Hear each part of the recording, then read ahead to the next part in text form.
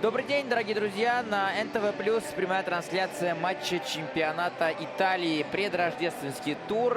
Большой, естественно, праздник по всей Европе, но и в Италии, прежде всего в Италии. Италия очень ценит, любит праздник католического Рождества. И видите, даже ради этого события тур несколько изменен с точки зрения расписания, потому что завтра в Италии футбола нет вообще. Завтра уже начинается официальная подготовка к празднованию Рождества. Ну и, соответственно, вчера были матчи, которые по традиции играются в субботу, но сегодня и по расписанию, и по количеству игр у нас такой воскресный день, но сегодня суббота, об этом тоже не забываем. У нас сегодня большой итальянский день, и начинаем мы с матча на Сан-Сиро, где или Джузеппе Меацца, наверное, когда играет Интер, так говорить логичней и правильней. Здесь встречаются миланский Интер и команда Дженуа.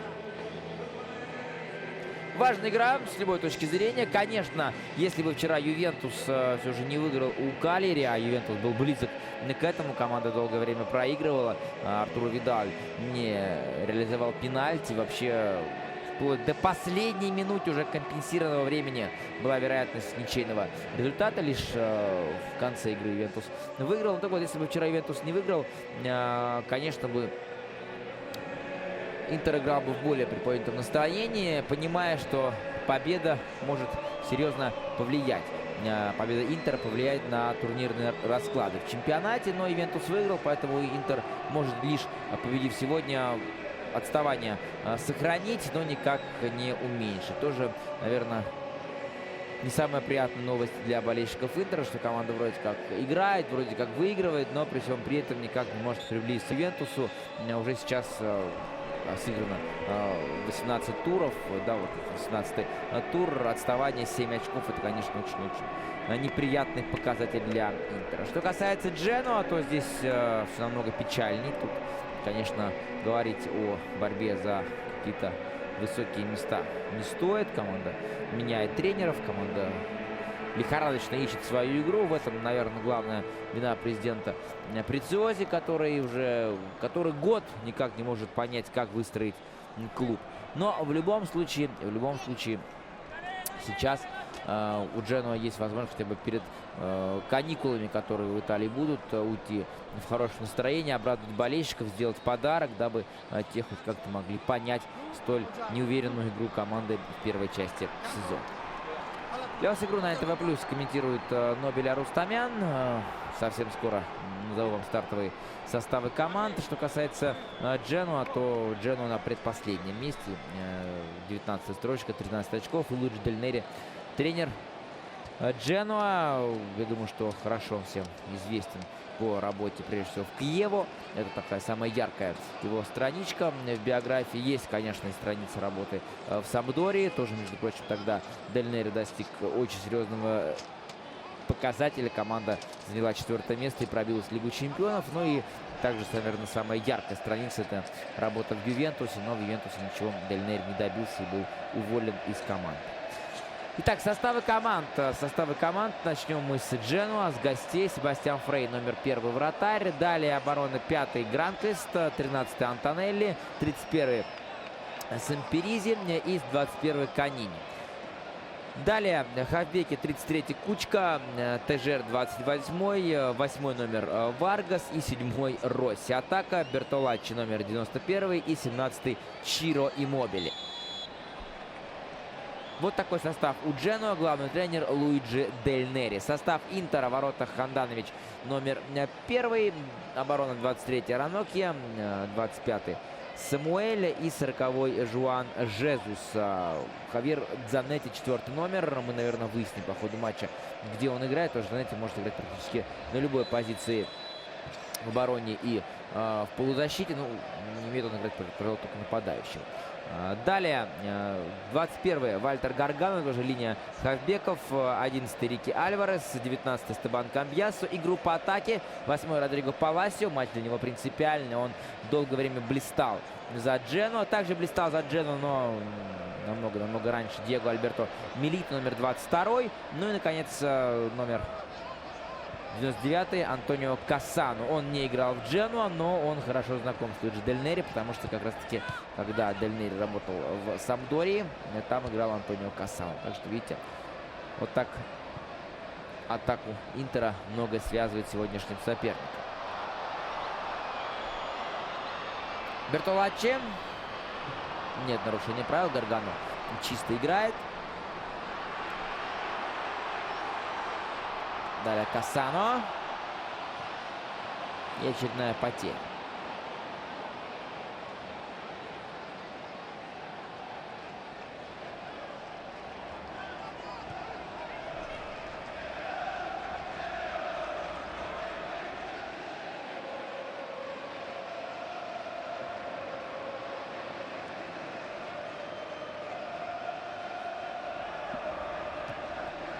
Кутка.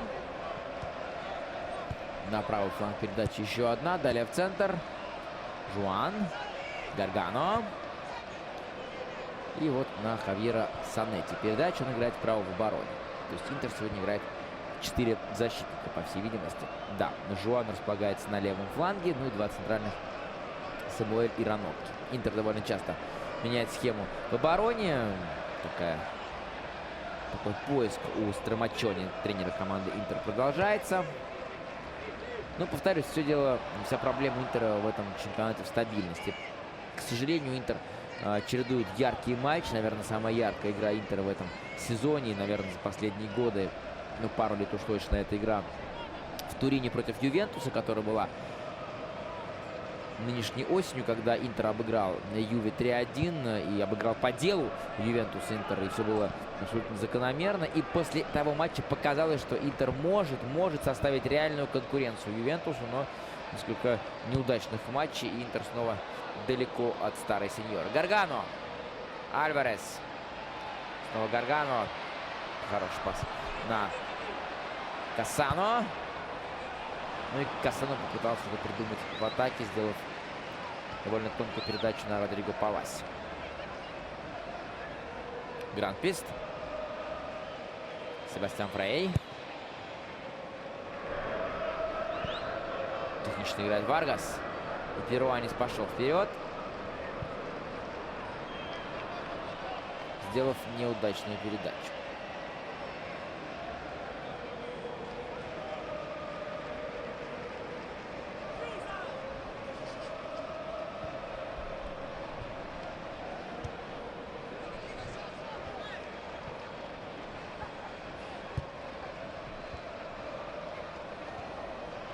Гаргано. Альварес. Диасу хорошая передача на Кассано, а Кассано завалили. Нарушение правил. Гранквист свалил. Гранквист — это интересная и отдельная тема для разговора. Центральный защитник Дженуа. Наверное, самая яркая фигура в нынешнем Дженуа. Футболист довольно высокого класса. И, как говорят в Италии, футболист, который зимой может Дженуа покинуть и, между прочим, перебраться в Россию. Есть два претендента на Гранквиста.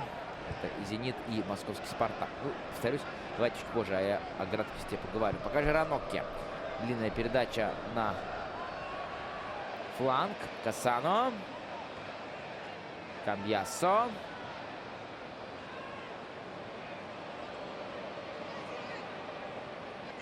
Кассано. Пока стоя играют футболисты Интера. Надо им как-то разбежаться. Ранокки. Камбьясо. Пас на лево. Кассано в штрафную пытается войти. Подает. Опасный момент. Милито. А удар у Милито не получается. Гранквист выбивает мяч за пределы поля. Снова Милито. Кассано.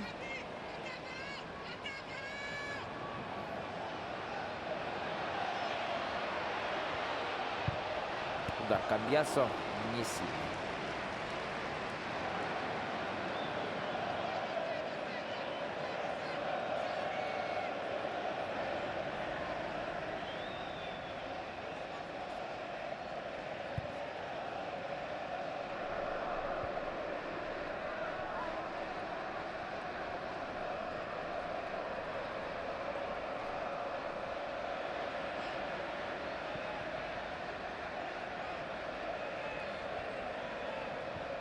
Атакует Дженуа. Я думаю, что это будет сегодня довольно редкое явление, судя по последним матчам Дженуа в чемпионате.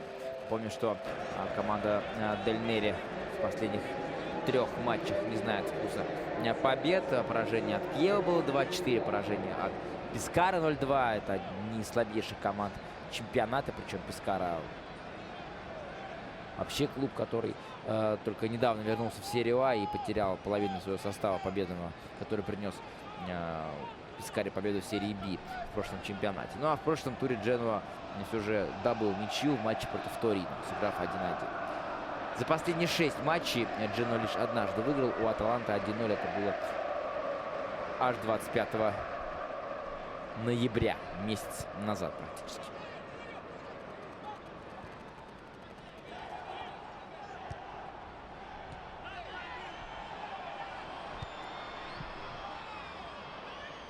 Ханданович забирает мяч Самир.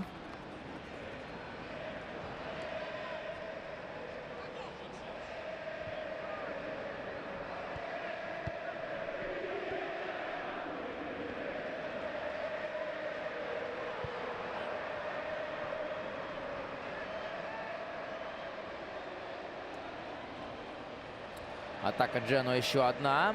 Росси. Мячом не успел. Но аут в пользу генуэзцев. Тежер. Варгас.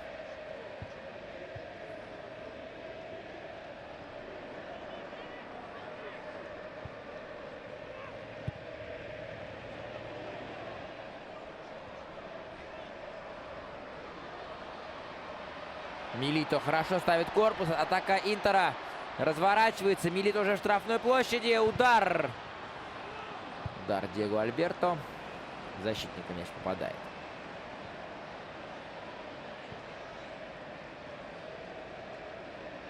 Санетти. Направо.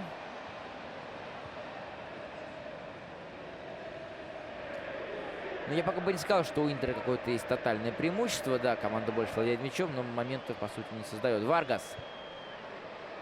Иммобили. Ставит корпус, но при этом Иммобили оказался в положении вне игры. Чиро Иммобили один из самых талантливых итальянских нападающих, который, правда, пока в Дженуа никак не может найти свою игру. Хотя вот это, скажем так, фраза «найти игру в Дженуа» — это в последние пару лет практически невозможная вещь для любого футболиста. Очень-очень посредственно играет команда Прециози. Кассано. Отличный пас. Паласио. Фрей ногами мяч отбивает. Ногами сыграл Себастьян Фрей. А Кассано, конечно, блестящий пас сделал.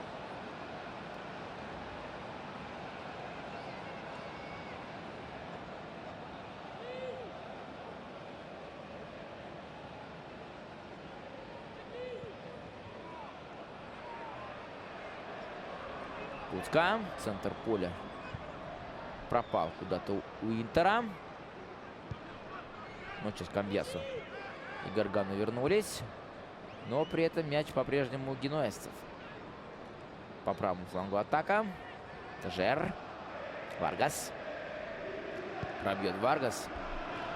Выше ворот. Риск был у Варгаса. Он рискнул и, наверное, был неправ в этой ситуации. Не было офсайда у Паласио, поэтому Фрей здесь спас свою команду.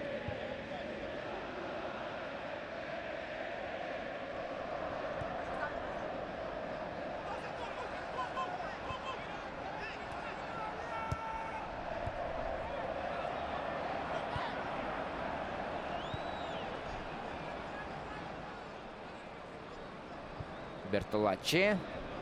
Росси, капитан Дженуа, успевает. Росси нет. Интер посчитал по-другому. Марко Росси, харизматичная фигура в составе Дженуа. Важный футболист. Давно он играет в клубе, но последние 2 года он лишь как капитан оправдывается в основном за неудачи Джена.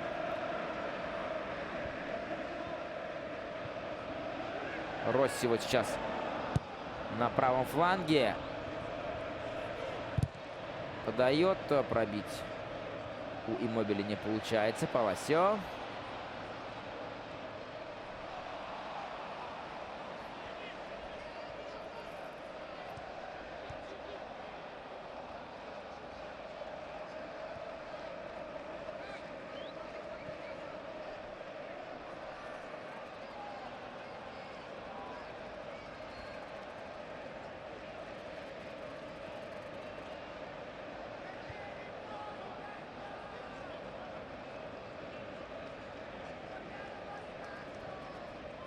Кассано.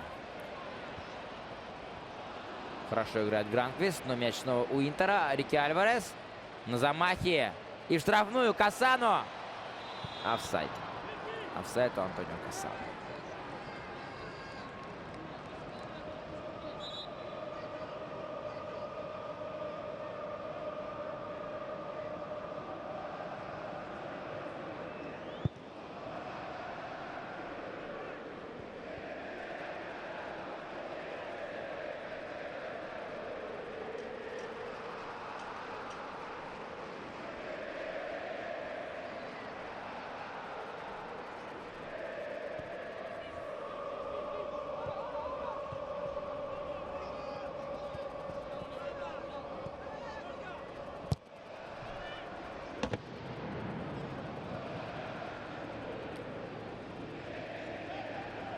Остается мяч у Интера, насколько я понимаю, в этой ситуации.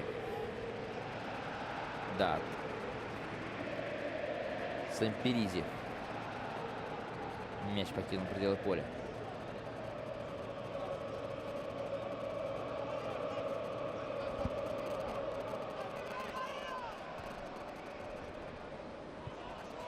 Гранквист. Пошел вперед. Скандинавский защитник. Но недалеко убежал. Жер.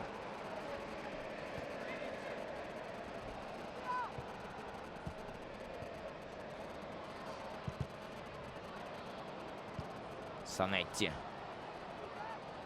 Первый на мяче. Борьба продолжается. Иммобили. И сразу пробить у Чиро не получилось. Но сложно был технический прием, поэтому Иммобили не рискнул его исполнить.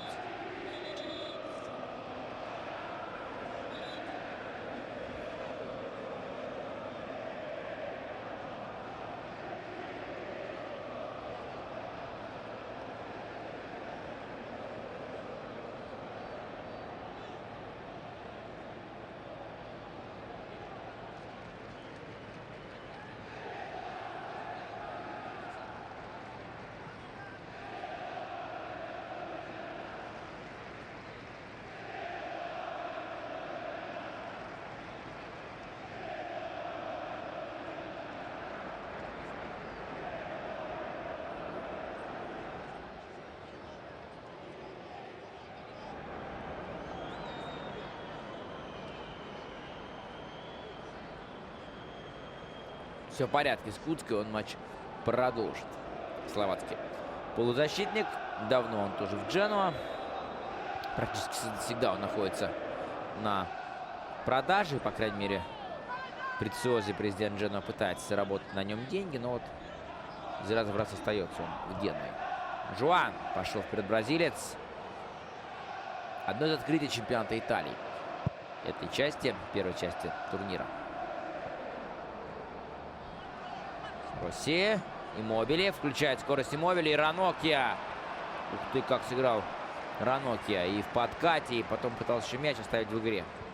Вот здесь классно чисто играет Ранокья. Когда может Андре, он, конечно, играет прекрасно в обороне. Но, к сожалению, не всегда.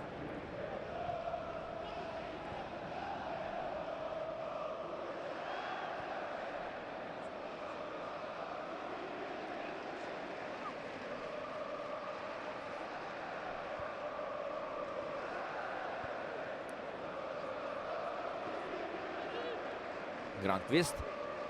Да, Дженуа сейчас даже почаще мячом владеет. Жервасони, арбитр матча, в него мяч попал и от него ушел. Тем временем Куцка. Успел Бертолаччи. Росси. Все в порядке с техникой. Куцка. А вот у Куцки проблемы некоторые есть с ударом. Хорошая была позиция, в принципе, и Росси все грамотно делал в этой ситуации. Вот у Куцки лишь получилось свечу зажечь на штрафной.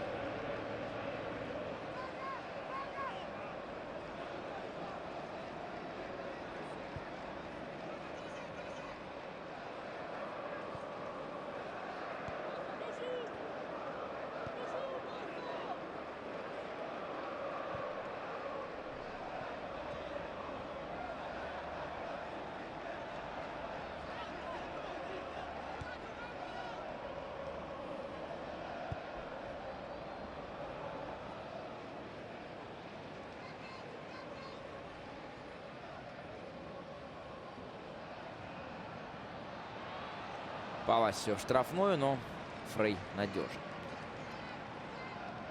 Себастьян Фрей, между прочим, тоже имеет свои отношения с Интером. Он за эту команду играл в свое время, лет 10 назад. Очень серьезную надежду Фрей подавал. Но вот до конца стать основным голкипером в Интере он так и не сумел. На его место пришел потом Франческо Тольдо после блистательного периода в Фиорентине. Ну и Себастьян Фрей пошел искать счастье другие команды. В Парме долгое время выступал, в Фиорентине.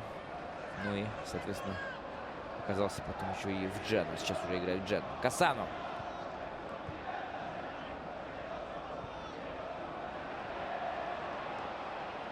Альварес. Штрафную неудачно. Снова Кассано. Слишком сложная передача. Исполнение Антонио. Самуэль. Жуан.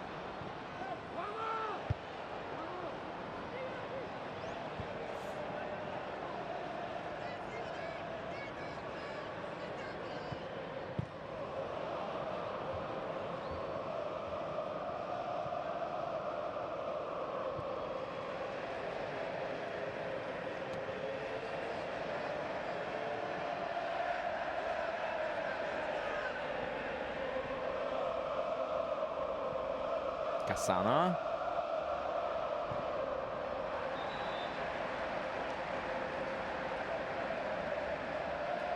И от Гранквиста мяч покидает пределы поля. Да, в подкате сыграл центральный защитник Дженуа. Еще одна атака Интера. И сейчас уже с трудом, но гости отбиваются. Иммобиле. Быстрый выход не получается у Дженуа, хотя Куцка отчаянно борется. И Росси, Росси! Офсайд. Офсайд. Марко Росси.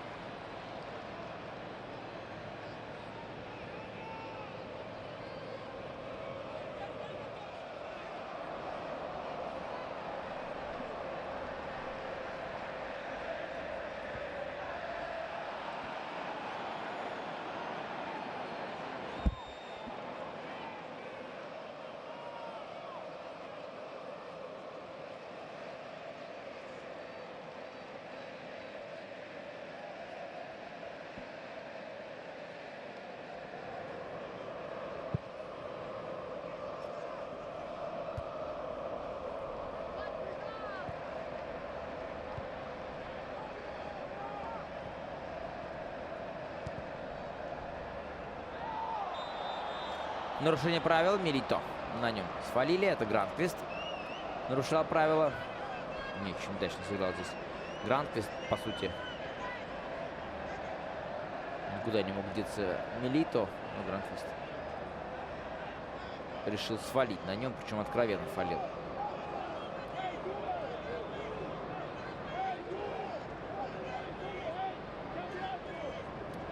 Итак, штрафной удар.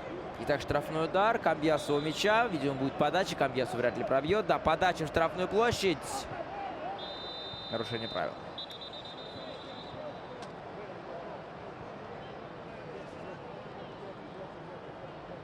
Андрей Ранокки свалил. Ну как, он просто столкнулся в воздухе с защитником Дженуа, причем очень неудачно. Вы сейчас только что все сами видели, насколько был неудачный стык. Ранокки и Антонелли в воздухе сошлись.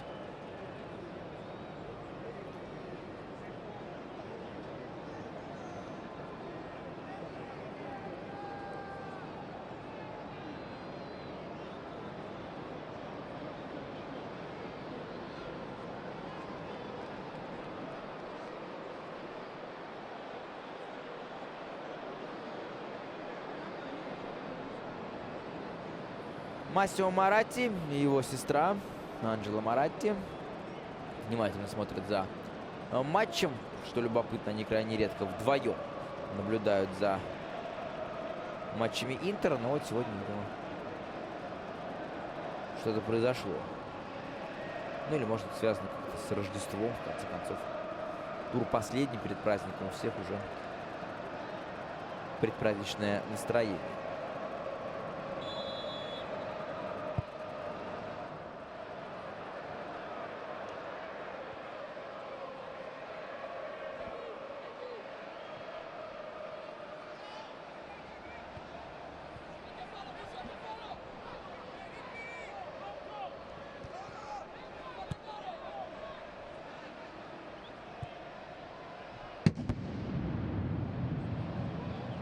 Еще один длинный пас. Бертолаччи его делал. Нет, точно. Да, пока игра не изобилует какими-то яркими моментами. Очень плотный футбол, без ярких эпизодов. Но при этом, зная, как играют в защите те и другие, допускаю, что голы мы сегодня еще увидим непременно.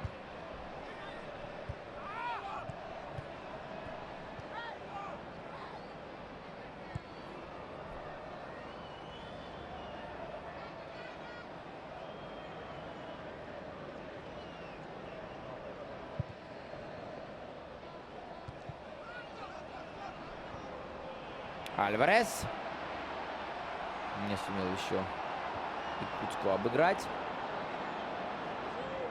А так, если бы прошел Якутску, вообще был бы все замечательно. У аргентинца появлялся бы очень серьезный простор и время, самое главное, для принятия какого-либо интересного решения.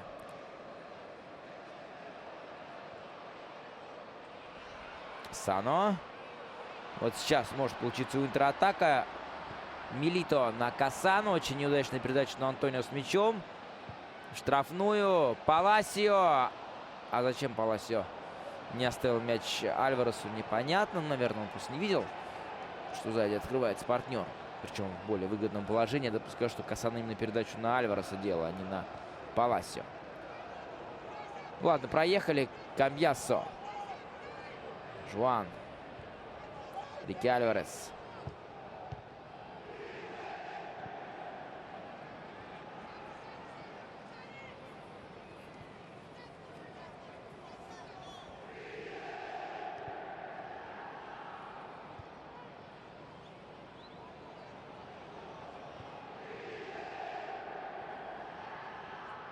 Варгас.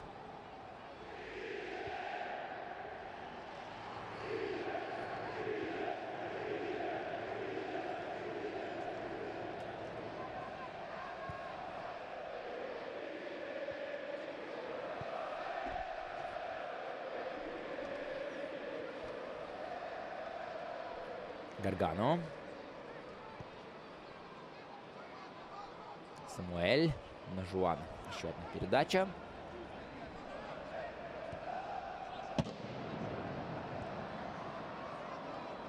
Ранокки.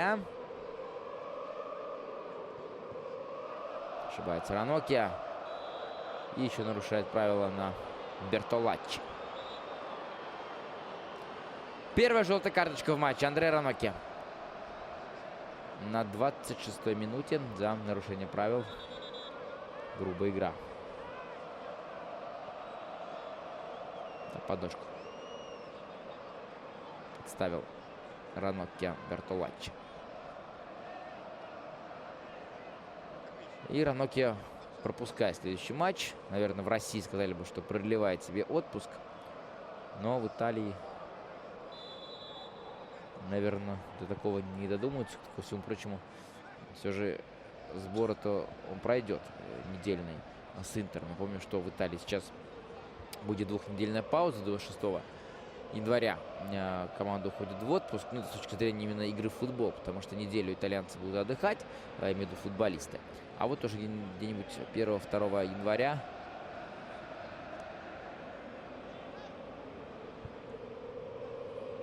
команды уже вновь соберутся, проведут несколько тренировок. Некоторые, кстати, отправятся в другие страны. Так, например, в Италии очень популярно направление Дубай. Ну, как, впрочем, в России в январе. И вот на первые несколько январских дней многие команды отправляются в Дубае, дабы провести несколько тренировок, пожить вместе с солнцем. Тоже важно для футболистов, потому что, как вы понимаете, сейчас в Италии, ну, по крайней мере, на севере не так солнечно, как хотелось бы, наверное. Ну и потом уже к 6 января все вернутся непосредственно в Италию играть дальше чемпионат страны. Напомню, что 6 января последний тур первого круга. Этот, соответственно, тур 18-й лишь он не завершает первый круг. Альварес ошибается, традиционная его ошибка, но и не менее традиционная ошибка Куцки. В моменте он, конечно, сыграл безобразно, потому что вот такой простор перед ним освобождался. Он взял мяч, Самуэлю подарил. Гранквист. Борется Гранквист и выцарапывает мяч. Далее передача на левый фланг. Варгас и атака сейчас по левому флангу. Как же Варгас медленно играет, а?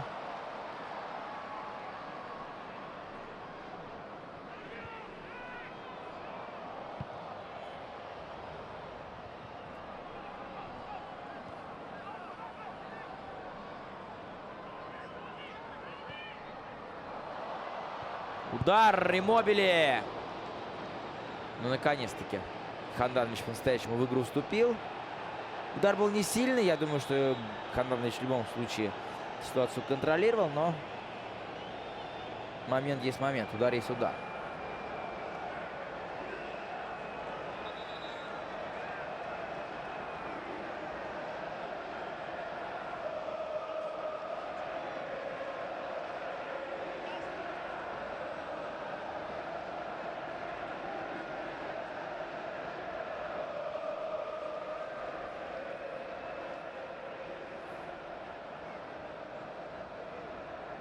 Там еще рикошет был. От ноги защитника Интера. Что здесь? Какие-то проблемы у бокового арбитра. Между прочим, сотрудник Дженуа помогает сейчас резервному боковому рефери. Да, какие-то технические проблемы с флагом, с флажком, который фиксирует офсайдное положение.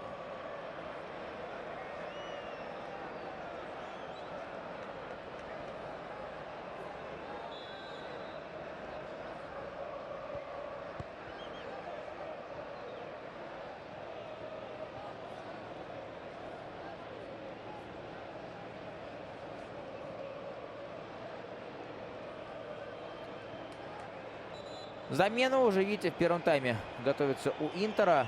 Что любопытно, на 30-й минуте это Перейра. Меняет он Рики Альвареса. Ну, у Альвареса нет проблем со здоровьем, просто Альварес провалил первые полчаса. Это было видно, мне кажется, невооруженным взглядом. К сожалению, для аргентинца Альварес выпадал из игры. Ну и теперь уругваец Перейра. Вместо него, как игра изменится у Интера. Сейчас посмотрим. Возможно, Перейра и будет играть на позиции Альвареса в центральной части поля. Но я допускаю, что как-то игра Интера сейчас и все же изменится. Альварес — это больше фланговый футболист, умеющий и любящий играть слева. Самуэль. Хотя и Альварес левоногий футболист. В принципе, тоже тяготеющий на левый фланг.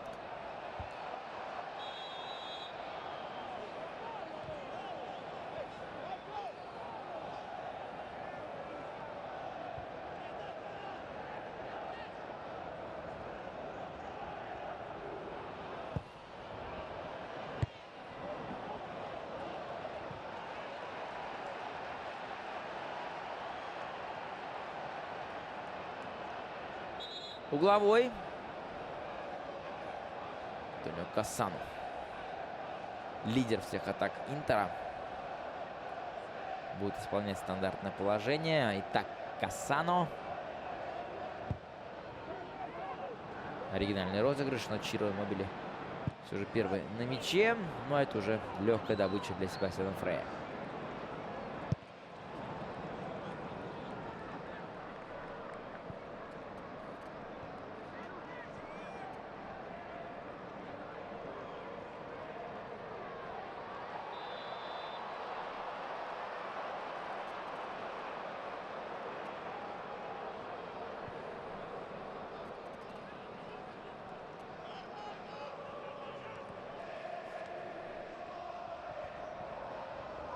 Кассано.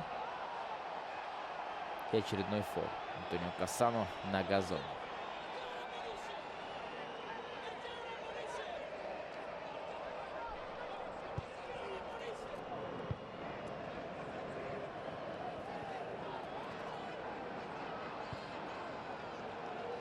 Санетти.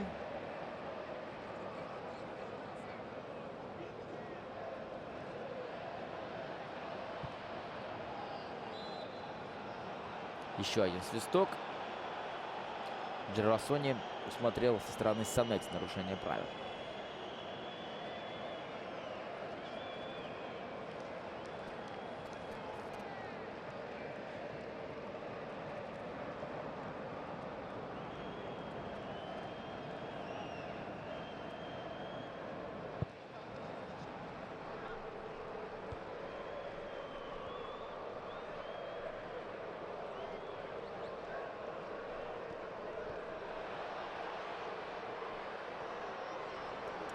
Кассано. Еще одна атака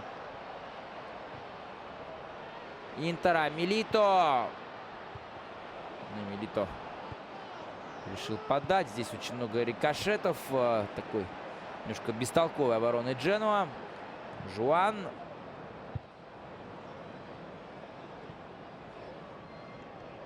Уже Самуэль, центральный защитник, пошел атаковать ворота соперника. Кассано.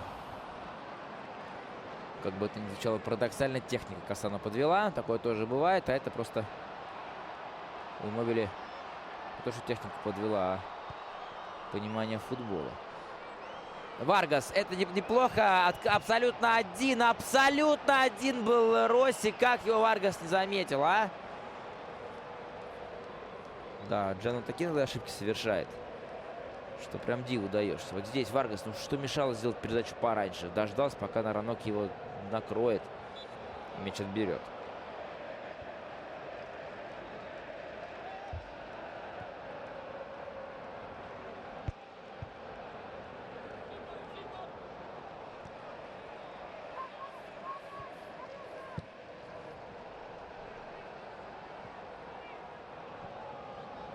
Гранквист.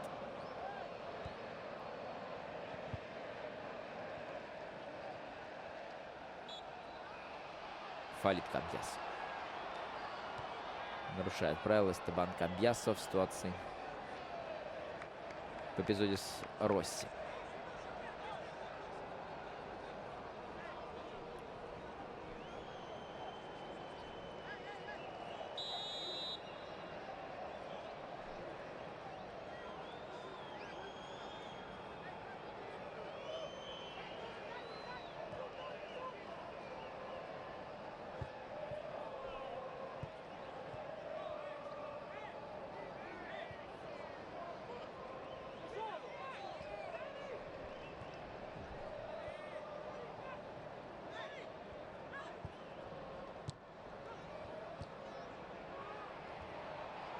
Иммобиле не добирается до мяча.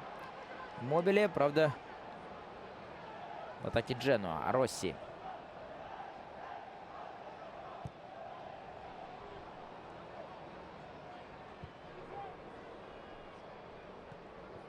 Варгас. Подает Варгас. Куцка. Снова все в борьбе.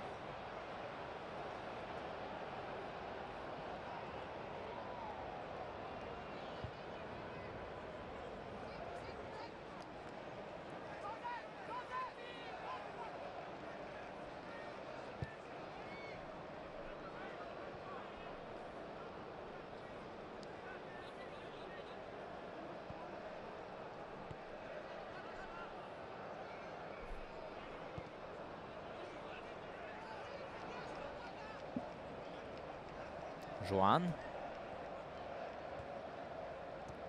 Гаргано. Перейра.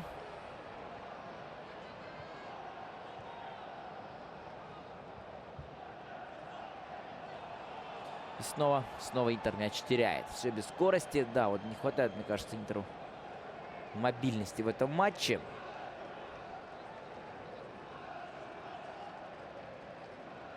И из-за этого очень много проблем. Практически команда не бежит сегодня.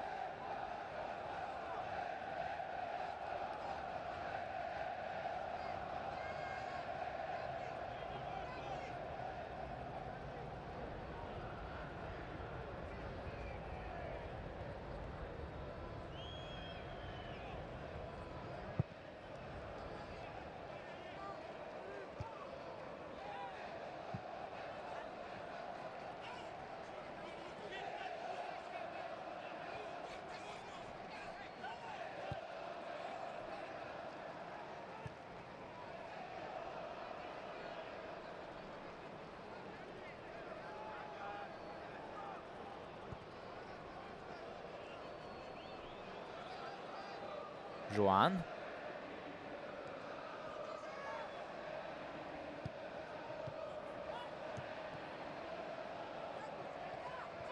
Хорошо сыграл Куцка, вышел из сложного положения. Росси.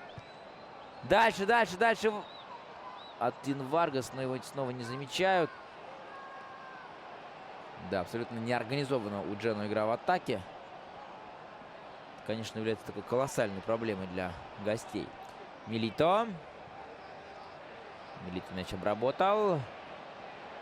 Можно пробить Милито, как мне кажется, мог он это сделать. Перейра.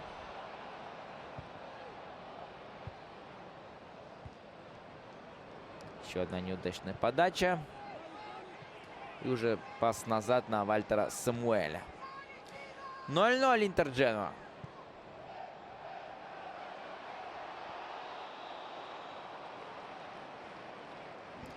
Ну, Родриго Паласио в офсайде. Пока матч у Родриго Паласио не получается против своей бывшей команды.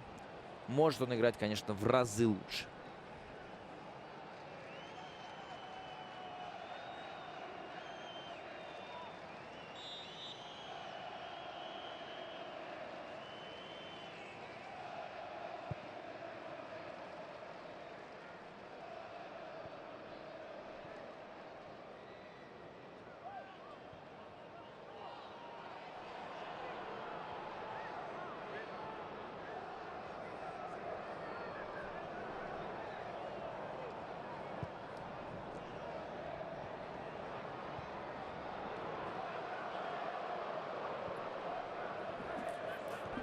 Санетти.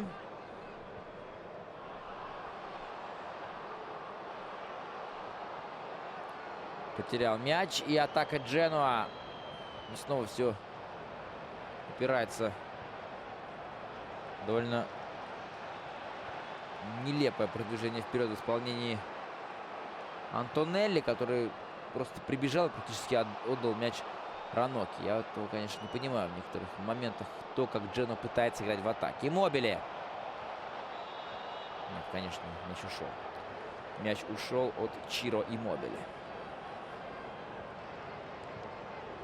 Да, конечно. Тут сомнений быть не может.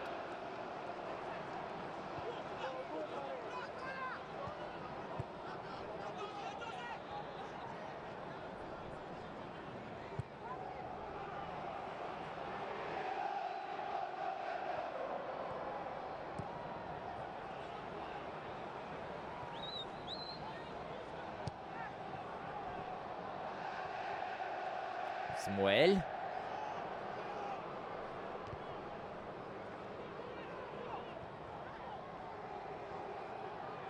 Варгас. Удар Варгаса. Ну вот уже наконец-таки удар поопаснее. Варгас хороший удар с левой ноги. Наконец-таки мяч попал ему туда, куда надо. И, ну, на повторе видно, правда, что я немножко переборщил с эмоциями. Удар-то был явно не точно, но все равно, по крайней мере, где-то рядом.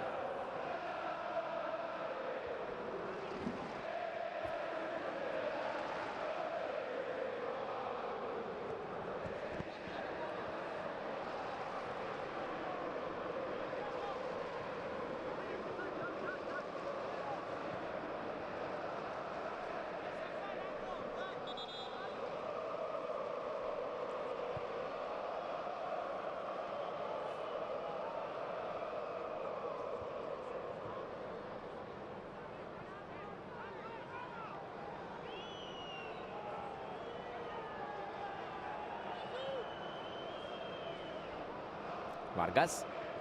Снова его опережает Раноки. Пока Раноки чуть ли не лучше в составе Интера, по крайней мере, по качеству игры в обороне уж точно. В атаке отметим Кассано. Ну, пожалуй, все. Я больше, честно говоря, не знаю, кого отметить. Ну, может быть, Жуан, который стремительно идет вперед по левому флангу. Но все его атаки, все его попытки как-то атаку развить успехом не увенчались еще ни разу. Гаргано. Что дальше? Направо играет Гаргано. Санетти. Кассано. Гранквист.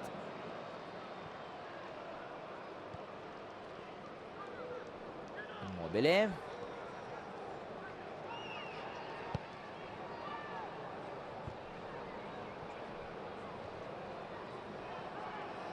Достает мяч снова. Иммобили. Пас. Пас. Куда пас? Вратарю Хандановичу.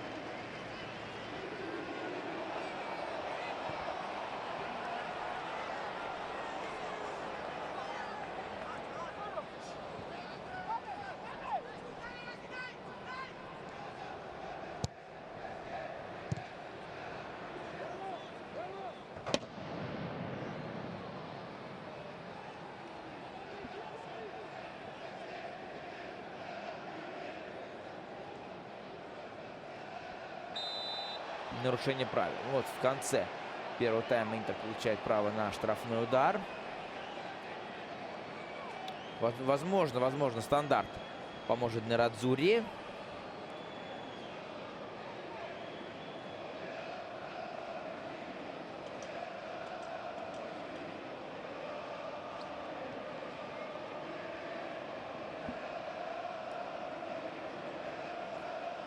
Итак, два варианта. Кассано и Перейра. Один может слева, другой справа. Один пробить, другой подать. Ну, для правоногого футболиста здесь дистанция больше для удара, для левши, для подачи. Хотя все может измениться. Кассано набрасывает мяч в штрафную.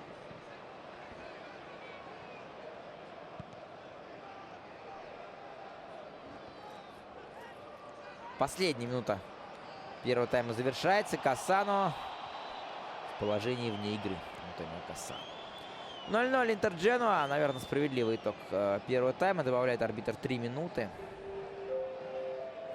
Арбитр Джервасо не увидел много остановок. Ну, была замена. У Интера Рики Альварес поле покинул. Помним мы про несколько пауз в ходе первого тайма, когда были травмы, в том числе у Куцки одна довольно продолжительная. Вот, в общем-то, и все, пожалуй.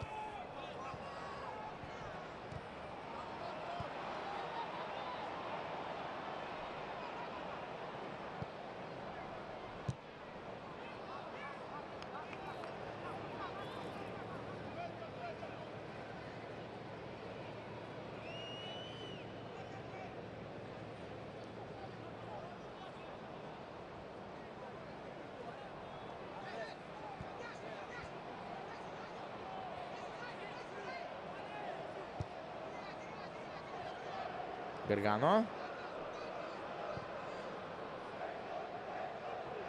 Кассано технично обработал мяч Кассано. Опасный момент. И хорошо играет центральный защитник Дженуа. Это не Гранквист, это Канини. В этой ситуации сыграл надежно. Интер понимает, что желательно в первом тайме забить. Кассано. Еще одна подача. Варгас головой. Иммобили отыгрался с Варгасом. Варгас один. И мяч пока сохраняет Хуан Варгас. Пытается обойти еще двух футболистов. Ну, видимо, под устав. Варгас просто фалит на Камбьяс.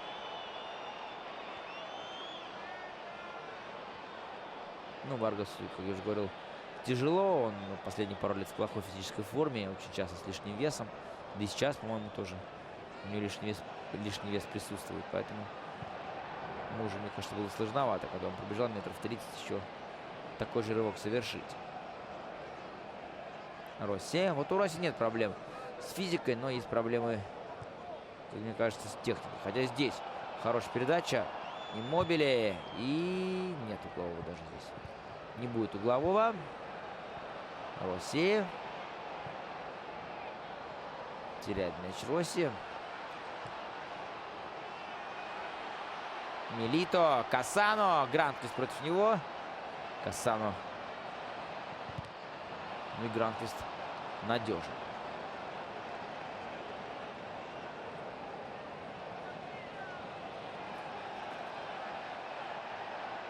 Перейра из боковой. Кассано.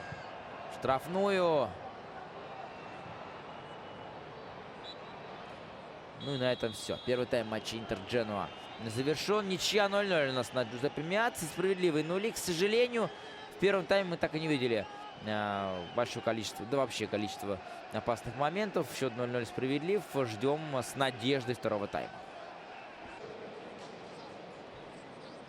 Новогоднее настроение практически у всех тифози на стадио Джузеппе Меацци в Милане, где совсем скоро стартует второй тайм в матче Интер-Дженуа. После первого ничья 0-0, безголевой первый тайм. К сожалению, говорим о том, что все справедливо. Моментов, по сути, не было ни у той, ни у другой команды. Да, были полумоменты, были подходы к воротам, но скажем прямо, что вратари, по сути, не выручали, да, в таких случаях, когда от них что-то требовалось. Или футболисты полевые не очень удачно моменты свои реализовывали, либо этих моментов вообще, в принципе, не было.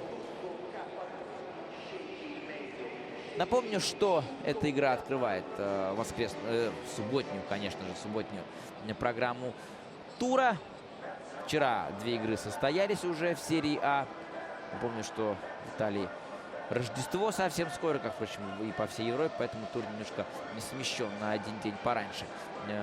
Все играется, все стартовало еще в пятницу двумя матчами Пескара, Катани и Калери Ювентус. Ювентус выиграл у Калери в сложнейшем матче 3-1, а Пескара обыграла Катанию 2-1. Сегодняшние матчи, ну, как я уже говорил, Интер-Дженуа открывает программу тура. Далее сегодня еще целая россыпь игр. Аталанта Удинезе, Болонья принимает Парму, Палермо Фиорентина, Сампдория играет с Лацио, Сиена с Наполи, Торино Киеву и Рома Милан. Вот такие встречи. Понятно, что Рома Милан центральная игра тура.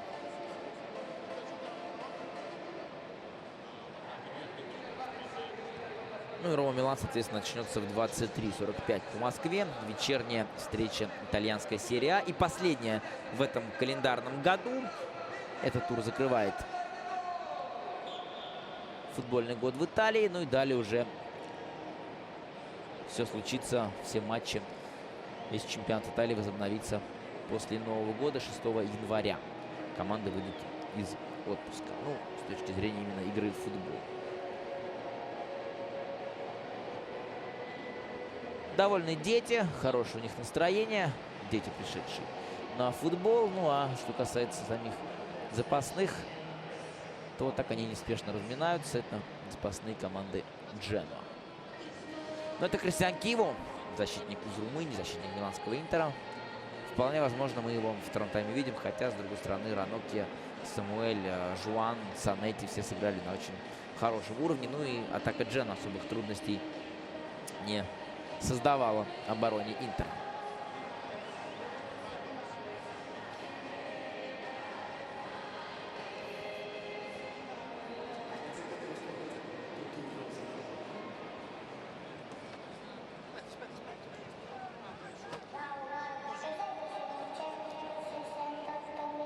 Напомню, что Интер в турнирной таблице чемпионата Италии на втором месте. С Наполи сняли 2 очка за не самые чистоплотные дела в прошлом. Такая типичная итальянская история. И Наполи скатился аж на 5-ю строчку. И поэтому Интер сейчас абсолютно справедливо второй. У Интера 34 очка. Правда, отстает Интер от Ювентуса, который на первом месте на 10 баллов. Но сегодня есть шанс вернуться к исходным 7 очкам. Минус 7 очков, как было до старта этого тура. Что касается Дженуа, то Дженуа на предпоследнем месте. Ужасная статистика. Команда очень много пропускает. Только представьте, 29 мячей пропустила команда Дженуа. 29. Хуже только Пескара и Калери. 35 и 33 соответственно.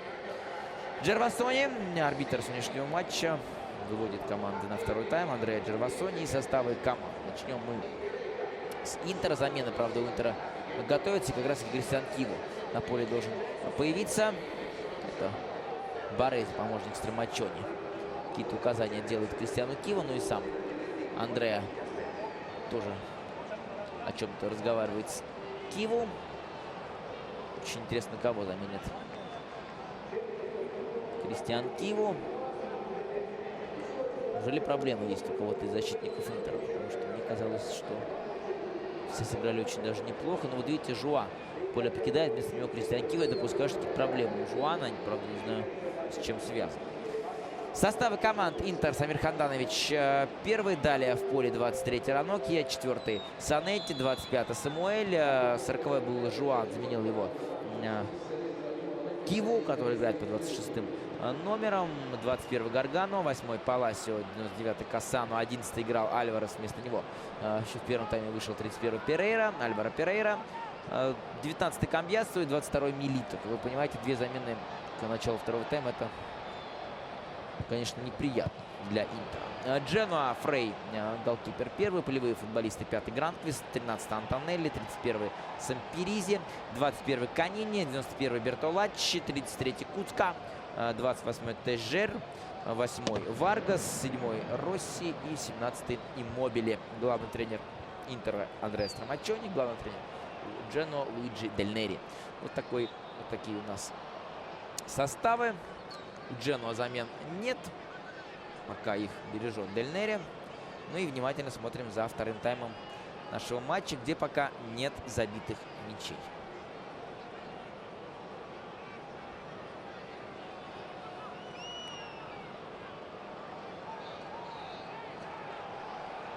Ханданович.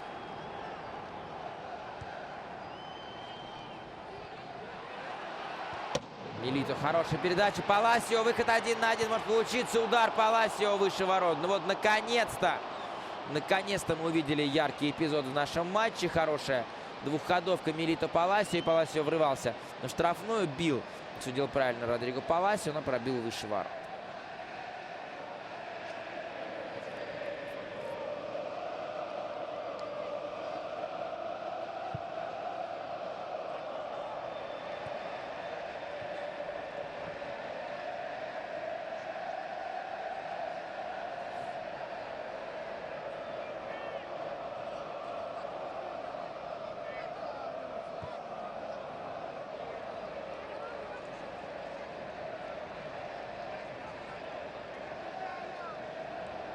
Киво.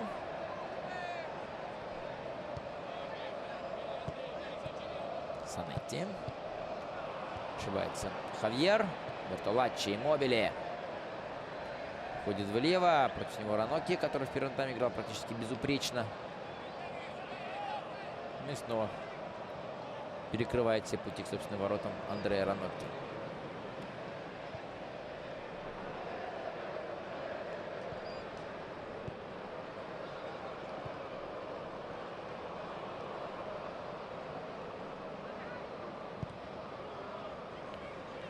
Напомню, что Интер в прошлом туре потерпел поражение, достаточно обидно, и опасный момент, удар Паласио, блокируют защитники. Да, обидно, Интер потерпел поражение в прошлом туре, команда уступила Лацио 0-1, Ростов Клоз так забил единственный гол. Ну и Лацио к Интеру приблизился, сейчас Лацио лишь на 1 очко отстает от Интера. Это как раз в контексте того, что да, Интер, безусловно, хочет быть конкурентом Ювентуса в борьбе за Скудетто, но Интер пусть не забывает о том, что еще и сзади есть соперники. Вот Лацио сегодня играет Самдори, который тренера поменял. И в случае, если Лацио выиграет, а это весьма вероятно, то а Интер здесь не обыграет Дженуа, то как раз таки Лацио может подняться на вторую строчку, что, конечно, будет достаточно удивительно. Росси зарабатывает угловой удар.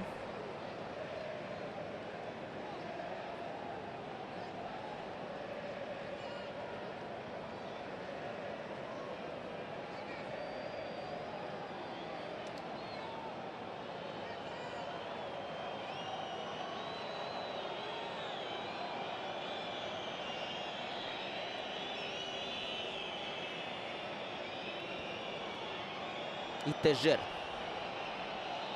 его исполняет. По-моему, первый угловой у ворот Интера. Подача. Гаргано, чуть ли не самый низкорослый футболист на поле, сыграл головой.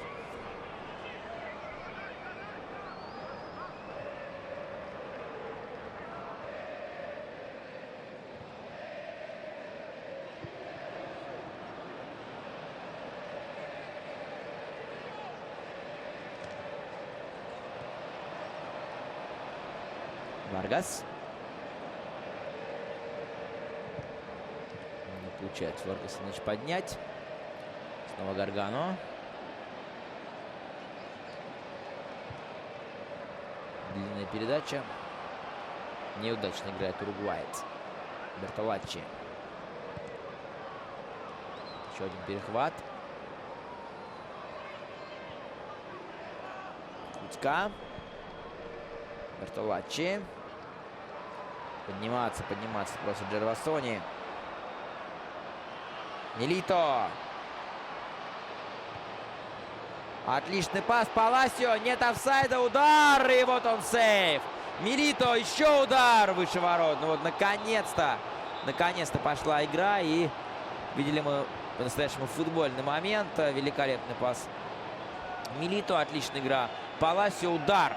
Великолепно, но и во всей красе предстал только что Себастьян Фрей. Как он отбил удар, как он сыграл.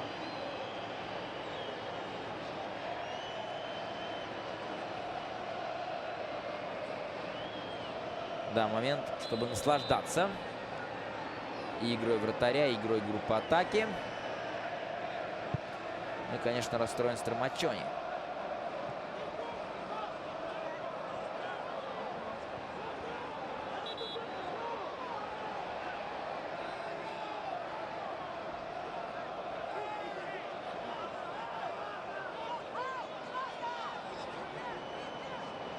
У Интера, конечно, есть проблемы с составом. Об этом тоже не будем забывать, что не играет Фредди Гуарин, который в последних матчах был крайне хорош.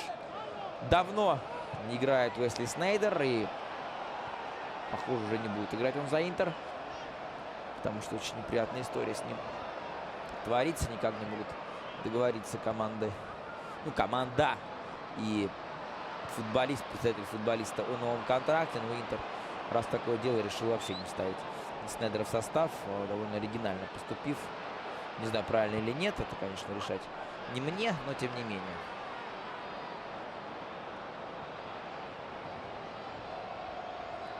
Вот удалили, по-моему, скамейки запасных. Насколько я понял, Джервасони, но, по-моему, это не касается тренеров команды.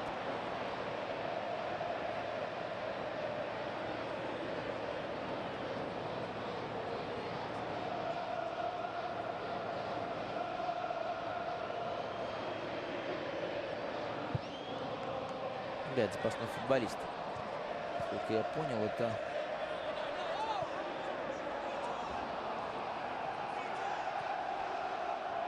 Саид. Насколько я понял, он был, правда, в раздевалке. Видимо, за нецензурную брань в адрес арбитра. Иммобиле.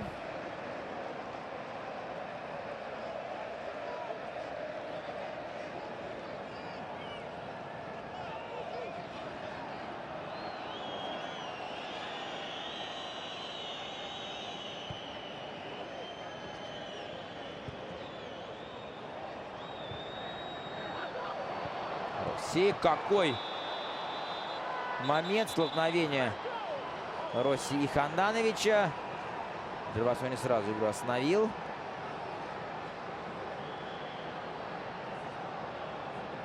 Был ли офсайд?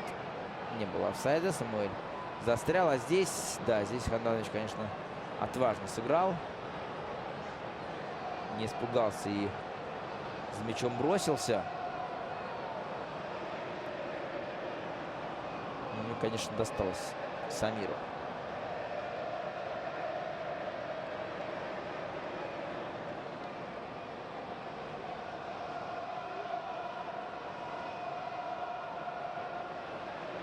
Ну, все в порядке. С Хандановичем он матч продолжит.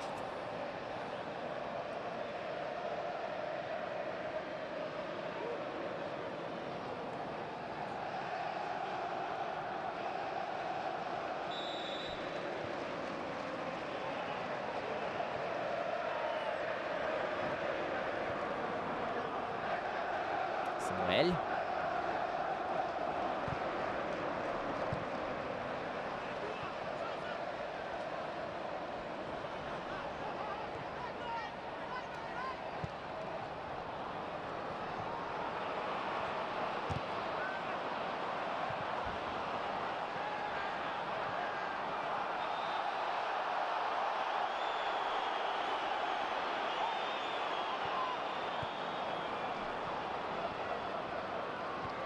Киво. Гаргано.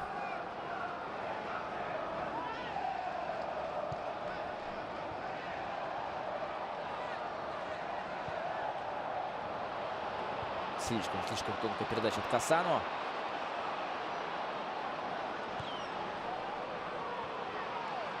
Но Самуэль, в свою очередь, тоже говорит, довольно надежно. Касано ставит корпус с Антонио.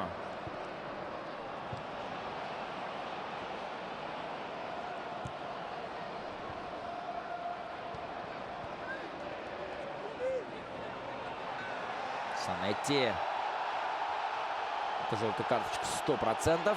Бертолаччи получает. Арбитр абсолютно прав.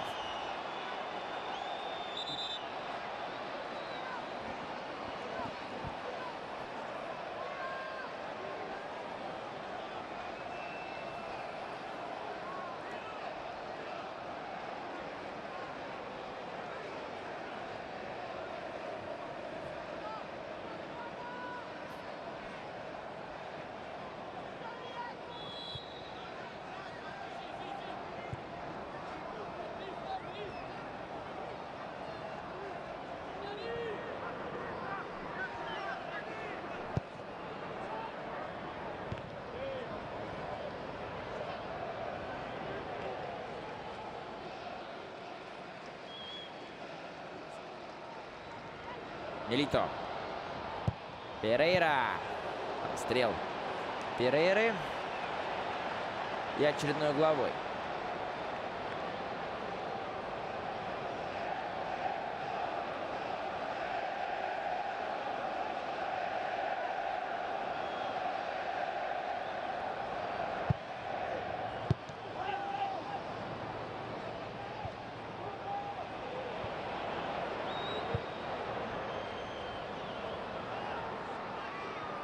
Киво. Решил не рисковать. Кристиан Киво и Насхат Ханданович. Санетти.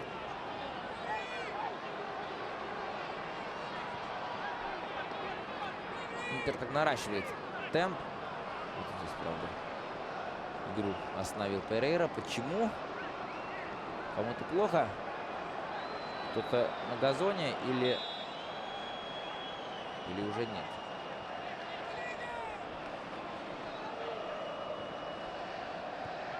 Ну, разобрались футболисты, все довольны.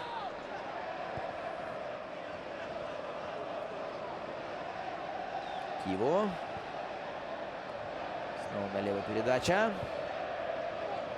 Паласио головой на дальнюю штангу. Милито. Нет, Милито не сыграл, по-моему, угловой.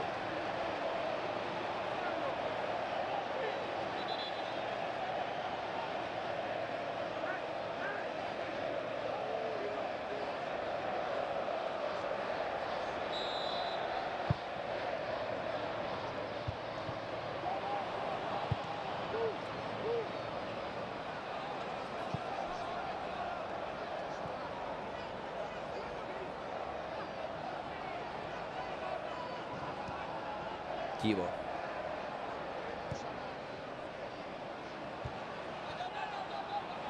Варгас на левом фланге получает мяч. Что дальше?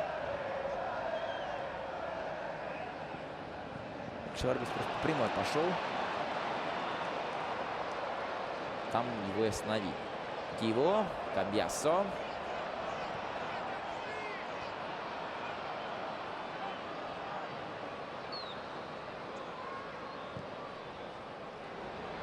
Хороший перевод направо. Паласио. Родриго Паласио с мячом. Касано. В штрафной Антонио.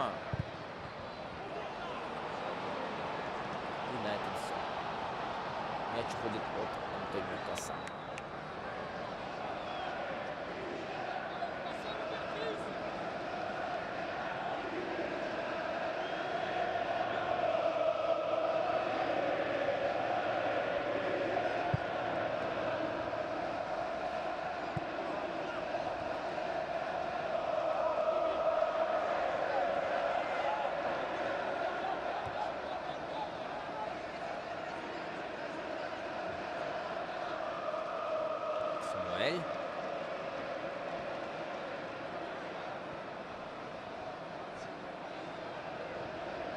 него.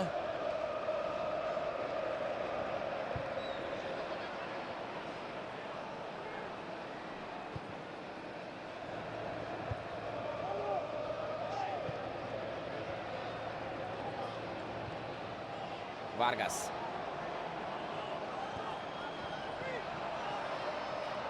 Сохраняет мяч Варгас. Далее передача на Иммобили. Куцка, Иммобили. Не успевает Чиро. Не успевает.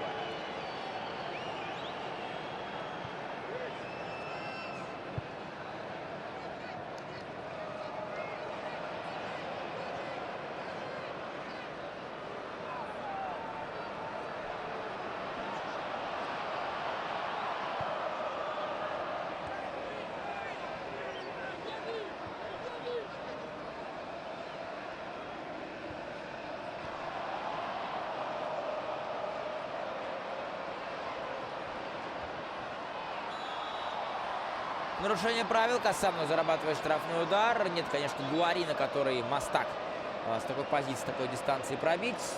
Сумасшедший удар, но вот есть это Касано.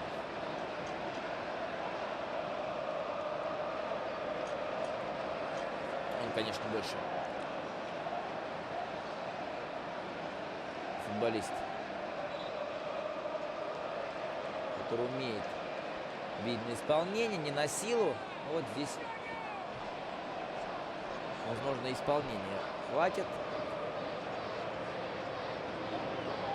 Так, например, Касано.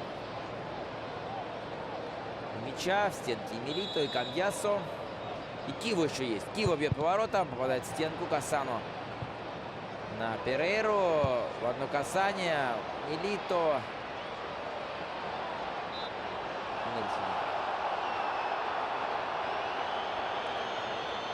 Свалил Диего Альберто Милито.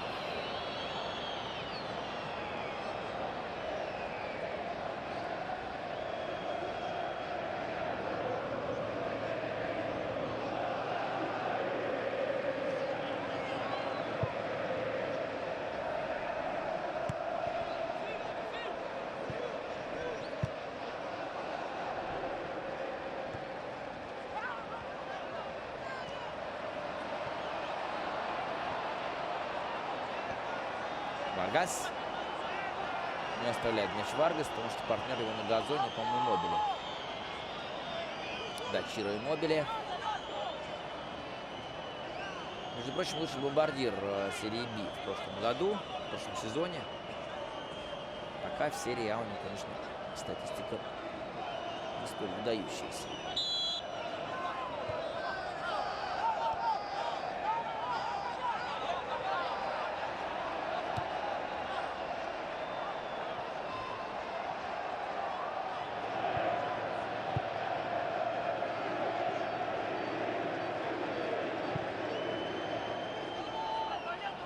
Самуэль.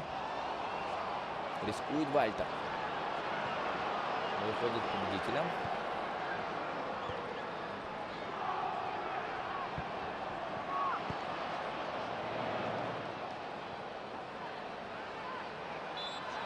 Еще один свисток.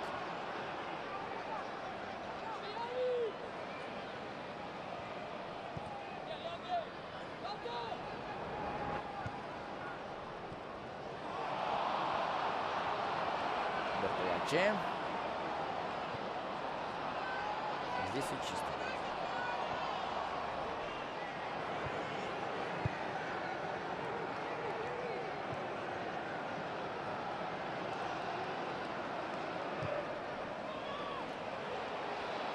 Касано.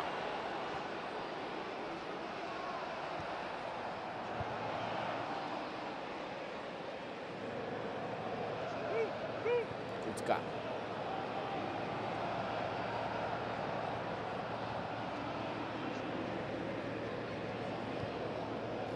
(0-0) по-прежнему Интер Дженуа. 18-й тур итальянской серии А. Пока без голов.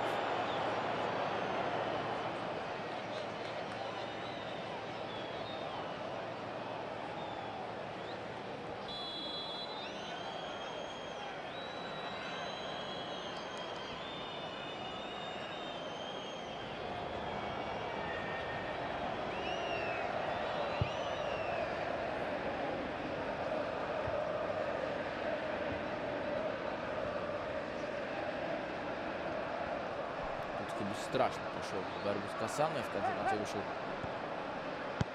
победителем.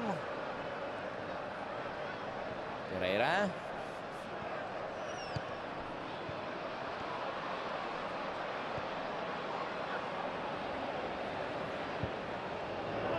Кассано в штрафную неудачно.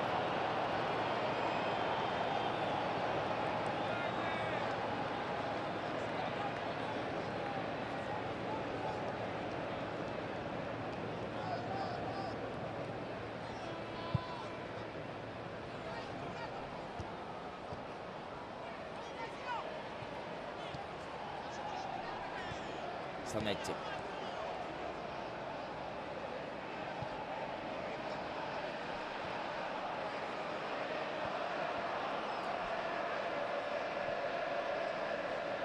Гаргано. И очередная неточная передача. 67 минут практически позади у нас в матче Интер-Джено. Тежер меняет амуницию. Тут операцию с Гетрой проводит. Я, правда, не понимаю, какую именно. Ну ладно. А это Луиджи Дель Нери. Снова чем-то недоволен. Джиджи Дель Нери.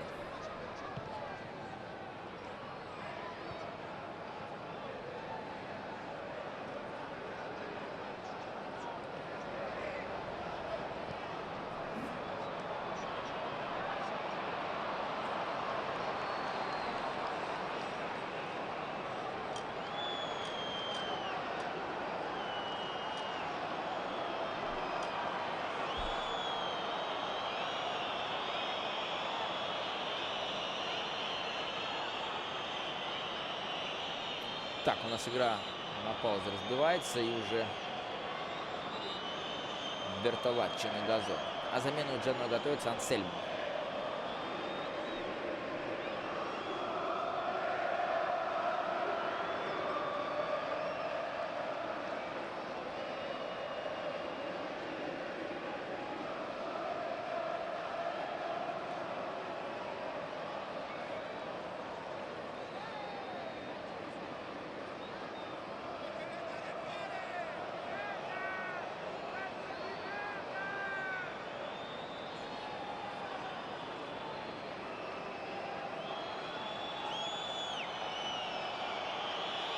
Довольно длительная пауза получается. Вот режиссер показывает самые яркие моменты в матче. Вот, наконец-таки, замена сейчас случится. Ансельмо вместо кого? Вместо Андреа Бертолаччи. 23-летний футболист, довольно молодой. Ну что ж, есть шанс проявить себя на легендарном Джузеппе Меацци.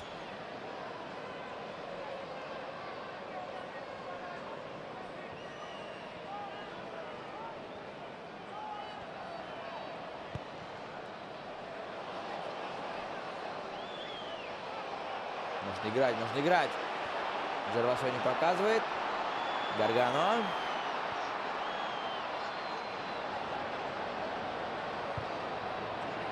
Отлично подача Кассано. И в последнюю секунду, по-моему, это Гранквист снимает мяч с головы у Стебана Каньяса.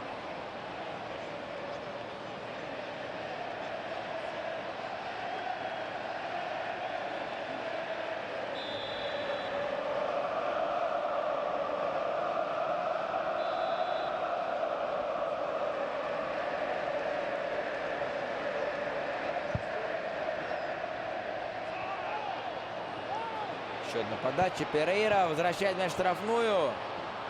Гранквист прекрасно играет центральный защитник Дженуя. Несется вперед Гранквист и нарушает правила. Да, сам Гранквист фалит. Ансельмо желтую карточку получает, видимо, за симуляцию. В моменте, когда он только на поле появился, он пытался соперника обыграть, но арбитр посчитал, что он симулировал один из эпизодов.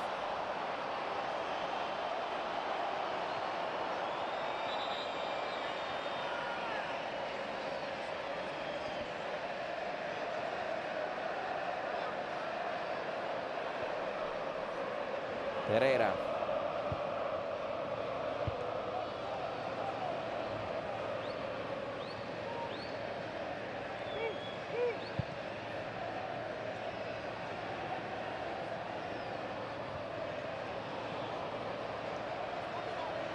Утка. Сам, знаете, в последнюю секунду передачу прервал Киво.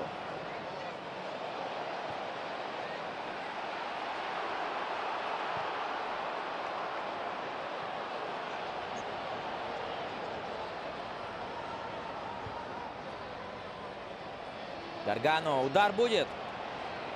Вот сейчас удар. Рикошет. Попал собственного партнера Вальтер Гаргано. Мяч улетел за пределы поля.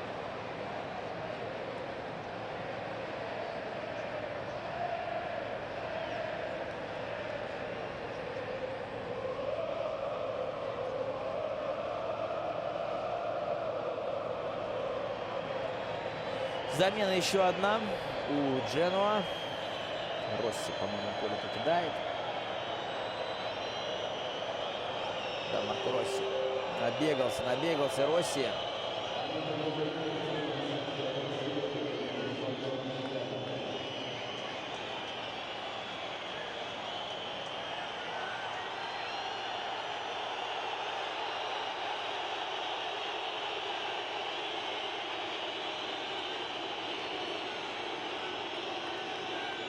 Видимо, Джен устраивает ничья. Это, наверное, было понятно до начала матча. Ничья, но выезде, тем более в матче против Интера, хороший результат.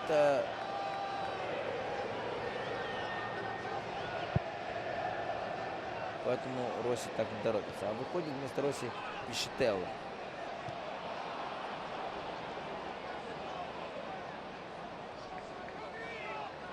Тоже на правый фланг.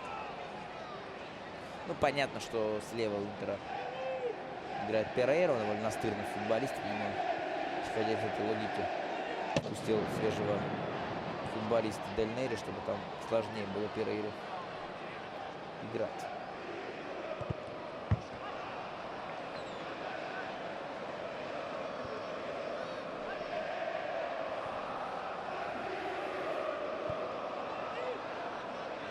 Ранокя.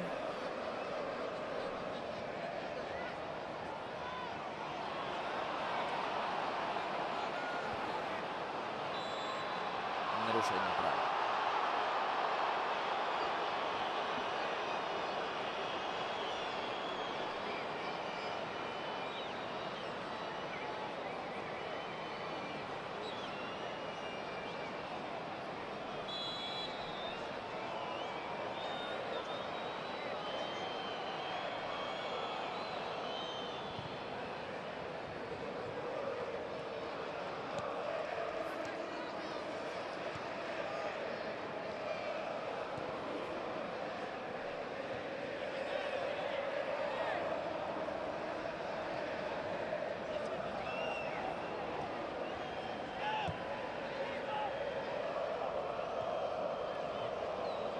Жер. Направо.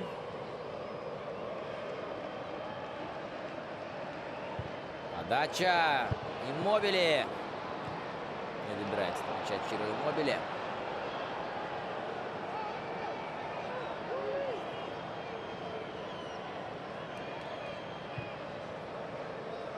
Варгас. Прорабатывает грудью.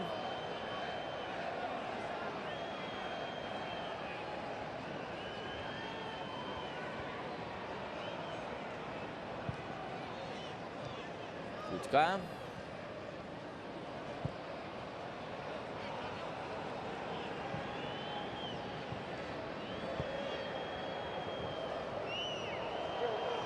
Мобили.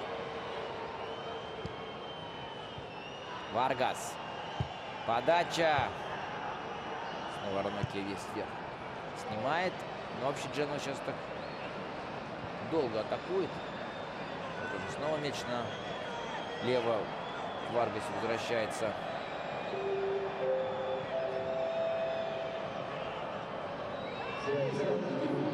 Мобили. Штрафной. Ранокия просто сегодня великолепный матч проводит. Снова чисто мяч отбирает.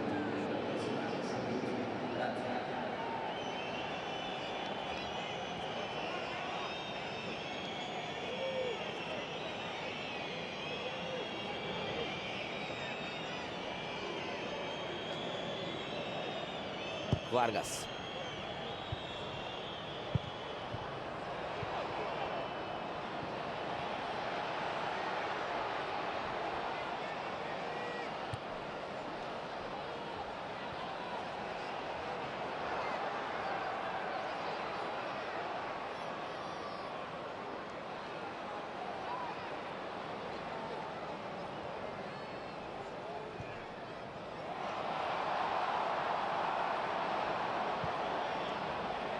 Иммобиле.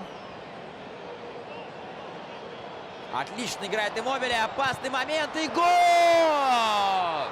Чиро Иммобиле. Чиро Иммобиле. Немножко так по-простому он пробил с носка, с пыра, как говорили во дворе. Но, тем не менее, гол-то забил Иммобиле. И знаете, в самый необходимый момент Иммобиле-то обыграл Ранокью. То, о чем я говорил весь матч, потому что Ранокью великолепно играет. Великолепно играет в отборе, но вот самый важный момент Ранокью соперника упустил. Вот здесь он, конечно, классно развернул Иммобиле, хотя Ранокью тоже попался как буквально ребенок, потому что было понятно, что правша Иммобиле, и он постарается выбирать мяч под себя, а вот Ранокью настолько сильно развернулся в левую сторону, практически оставив свободным возможность и зону для Иммобиле. Ну и, ко всему прочему, Ранокью большой сам человек. Огромные габариты. Естественно, угнаться уже за Иммобиле было практически невозможно. Ну а дальше Иммобиле, конечно, немножко, как мне кажется, сыграл по-простяцки. Мог он, наверное, и щечкой постараться уже переиграть Ханданович. Но пробил с носка. Задел Ханданович мяч. Я бы даже сказал, именно пробил Хандановича Иммобиле, и мяч влетел в ворот. 1-0, Дженоа выходит вперед. Вот так, друзья, вот так. Предпоследняя команда серии А обыгрывает сейчас на выезде вторую команду итальянского чемпионата. Ну, любопытно, что Чиро Иммобиле футболист Ювентуса. А между прочим, он на половину... он сейчас Ливая выходит на поле. Тоже отметим замену. Покажи Киву. Подает. Опасно. Нет, лишь угловой. Лучше Грант уже по своим воротам бьет. Ну, так вот, Иммобиле воспитанник школы Ювентуса. И сейчас он до сих пор Юве принадлежит, правда, на 50%. Но тем не менее. Поэтому я думаю, что Иммобиле вдвойне рад, забивая Интер.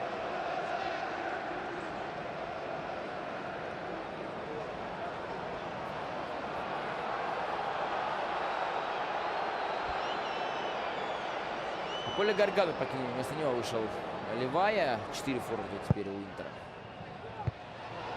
Ранокью бьет, пытается исправить собственную ошибку. И бьет выше ворот.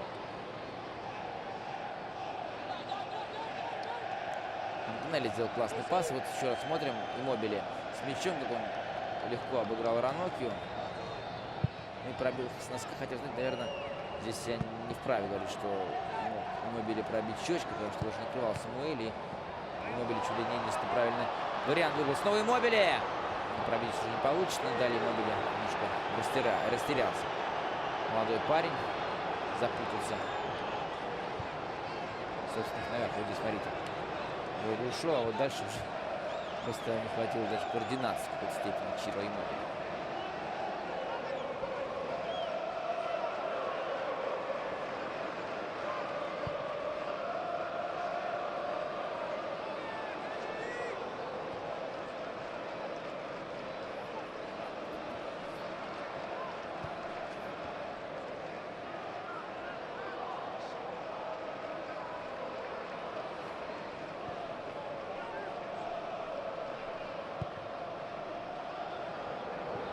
Санетти.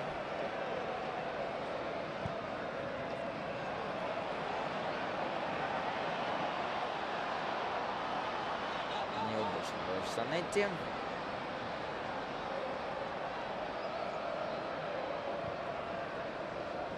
Длинный пас, но это расстановки на месте.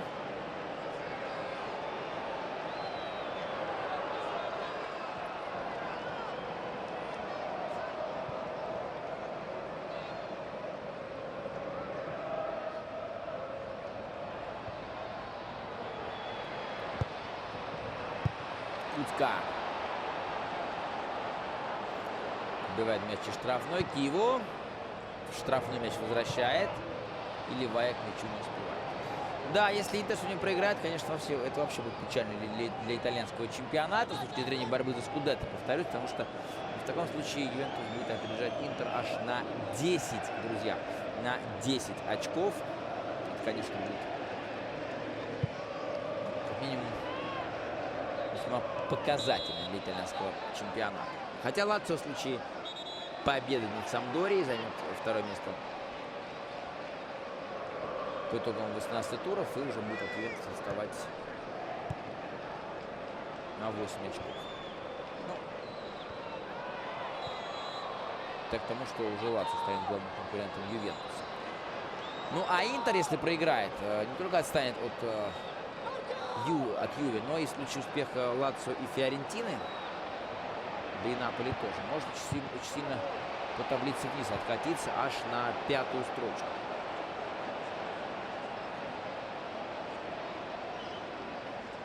Поэтому ни в коем случае нельзя Интеру проигрывать.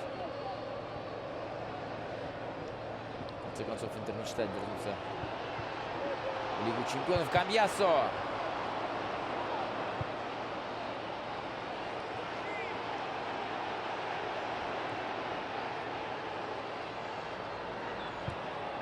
Подача.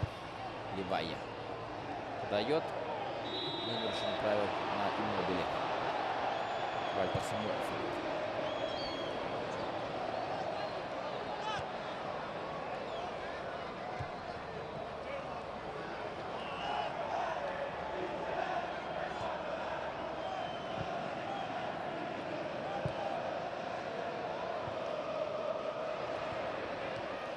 Ну а Дженоа в случае победы наберет 16 очков и может после этого тура покинуть зону вылета.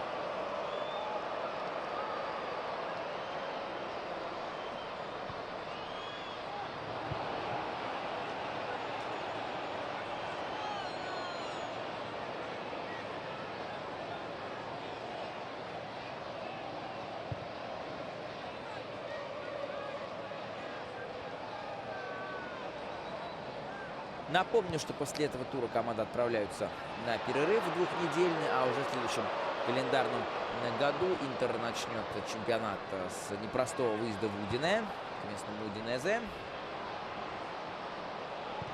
Далее у Интера будет довольно простой матч против Пескары, ну как довольно простой. Дженоа вообще ниже Пескара в таблице на сегодняшний день находился и в конце концов сейчас обыгрывает Интер. А уже потом в 21-м туре Интер сыграет против Рома на выезде. Вот такие 3 непростых тура будут у Интера на старте Нового года, календарь. Что касается Дженоа, то Дженоа матч против Болоньи, далее будет игра против Калери и потом домашняя игра против Катани. Ну, не скажу, что простые, но, по крайней мере, соперники, которые явно не превосходят в классе Дженоа. Можно играть, Джавасу не показывает. Гранд-твист.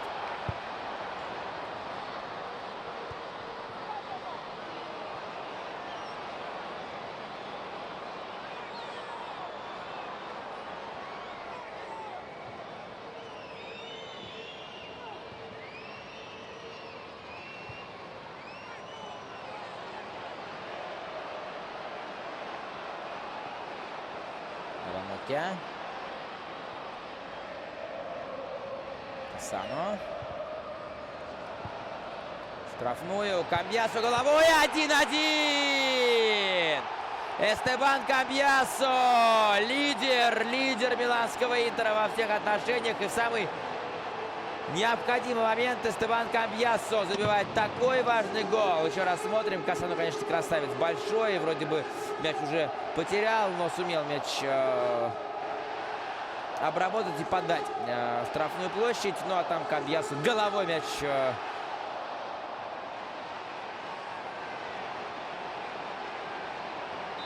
отправил в ворота Себастьяна Фрея.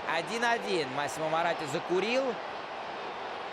От нервов понятно, что... Но вот сейчас его немножко успокоил Камбьясо. Есть еще время у Интера, дабы отыграться.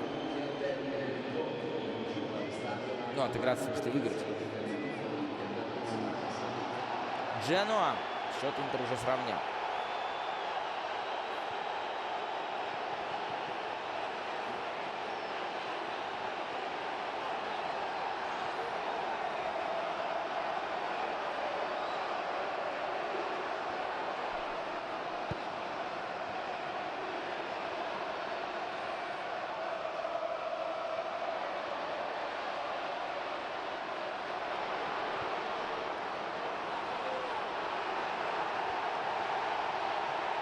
Санетти.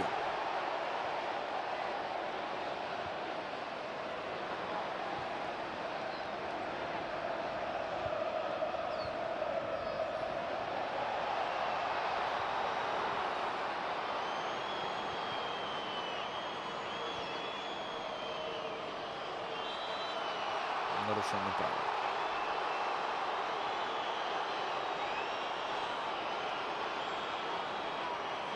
Сельма на газоне оказался. До конца матча около 3 минут. Я имею в виду основное время нашей встречи. Чуть побольше. Наверняка команды сыграют. Думаю, 3 минимум добавит арбитр, а то и все 5. Варгас, Санетти борется.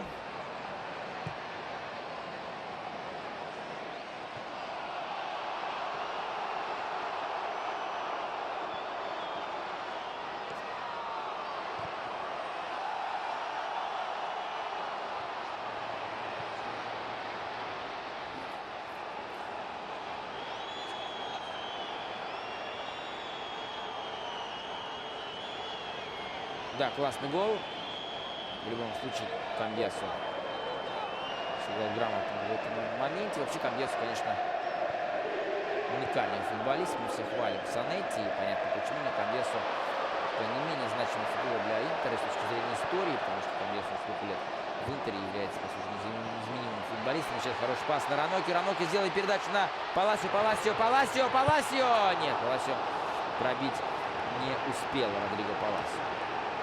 И вот Камбьясо еще забивает всегда важные моменты. И лидером команды может стать в любую секунду. Удар головой Раноки не точный.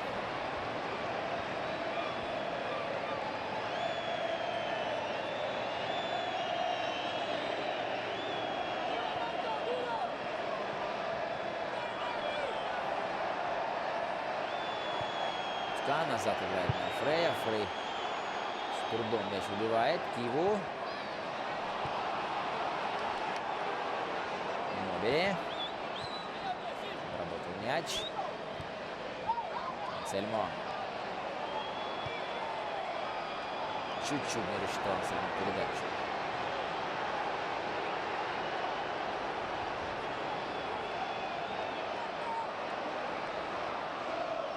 Санетти.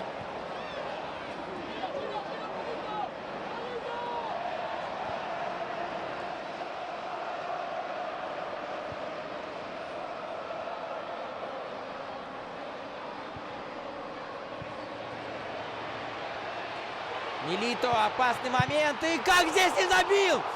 Как здесь не забил Ливая? Вот это да. Как он забил?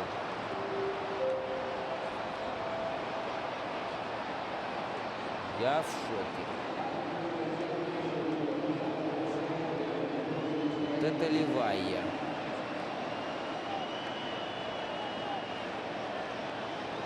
Буквально с метра, только поменьше было.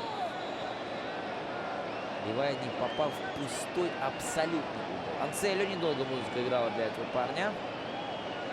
Поиграл 20 минут и хватит. Кранич на поле появляется. Добавляет тем временем арбитр 4 минуты.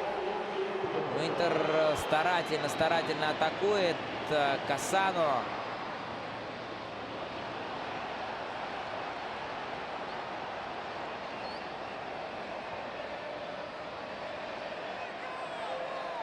Кио.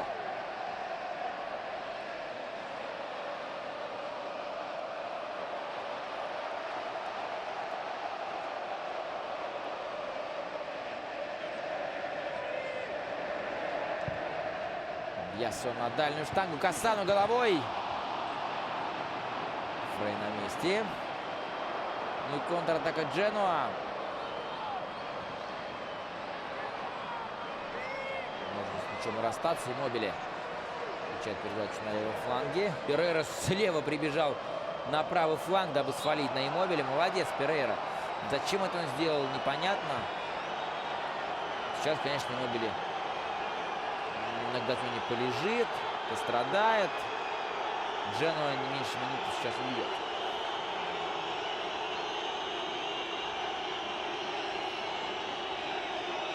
Ведь не придраться. Иммобиле досталось, он сейчас...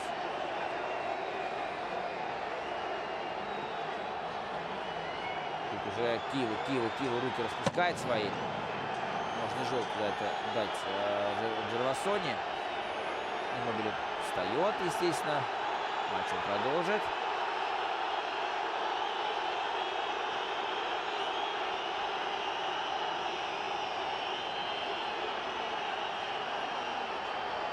Сейчас вся красота итальянского футбола.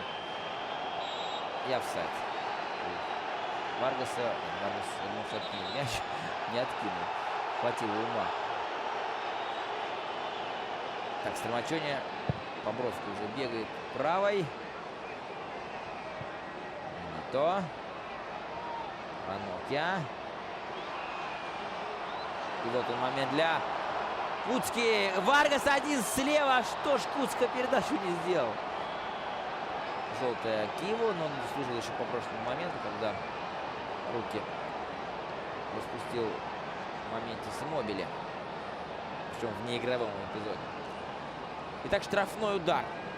Мне кажется, Куцка тоже, конечно, пас сделал на Варгаса. Один абсолютно был слева. Но Куцка решил штрафной заработать. Видимо, для Варгаса.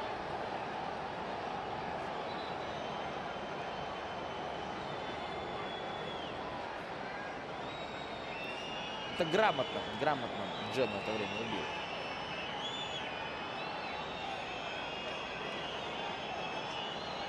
Так. Варгас. Нет, не Варгас бьет. Пробил чуть ли не сам. Тежер пробил. Последний, ну пускай будет еще минута. Полторы максимум.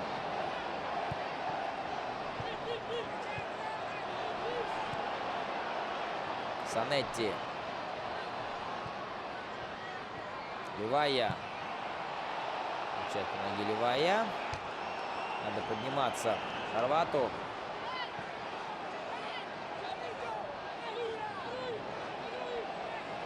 Перейра.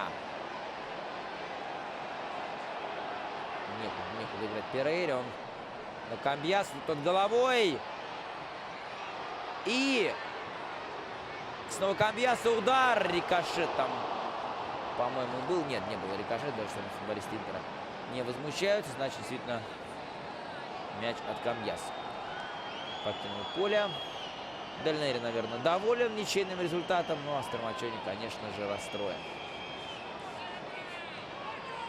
Потому что вот-вот будет финальный свисток от Джервасони. Ну, пока играем. Иммобиле. Ливая.